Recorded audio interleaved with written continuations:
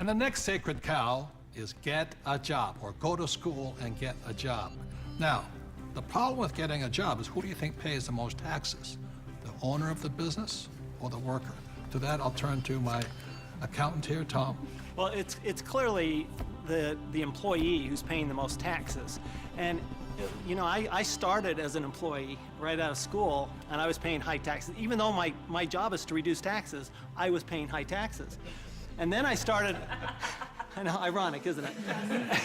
and then about 15 years ago, I started my own business. I started my own CPA firm, and I was now self-employed, and I was even paying more taxes.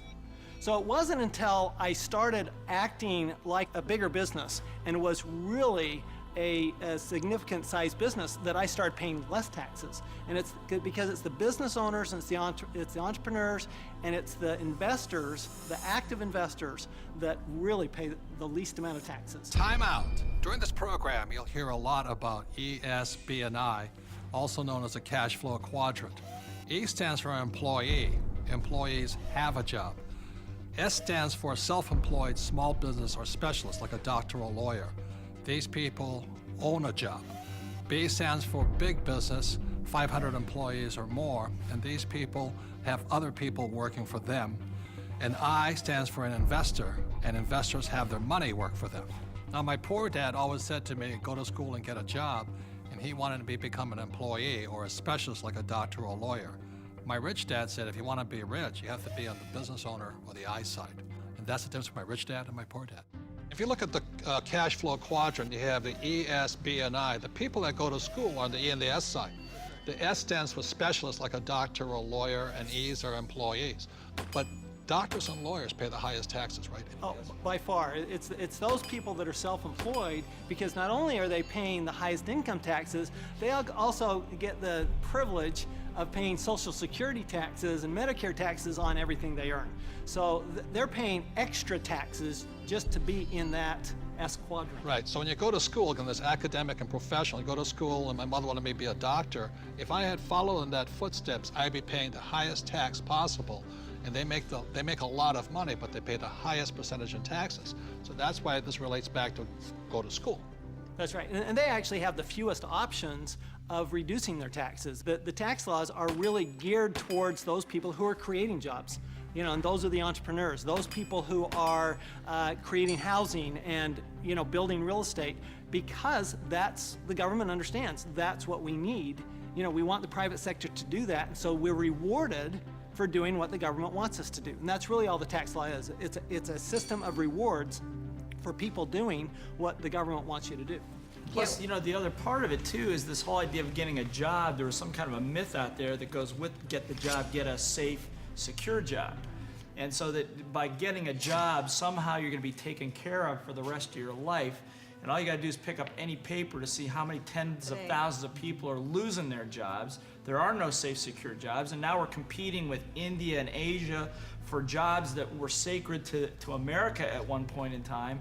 So this whole idea of having a job that was secure is probably the most insecure thing you could be doing right now. The idea of a secure job is an industrial age idea. Exactly. The only option is put into your head is go get a job. And I wasn't around, brainwashing. Yeah, I wasn't around entrepreneurs. I wasn't around business owners growing up. I was around employees. When I first started my company 15 years ago, I went back to my class reunion, which is always an interesting thing. And I remember saying to them, yeah, you know, I started a company about 5 years ago, and they looked at me like, oh, and some of them even said it. They go, you're so brave. And I'm thinking, you know, I've had this company for 5 years now. That is the longest I had ever worked anywhere.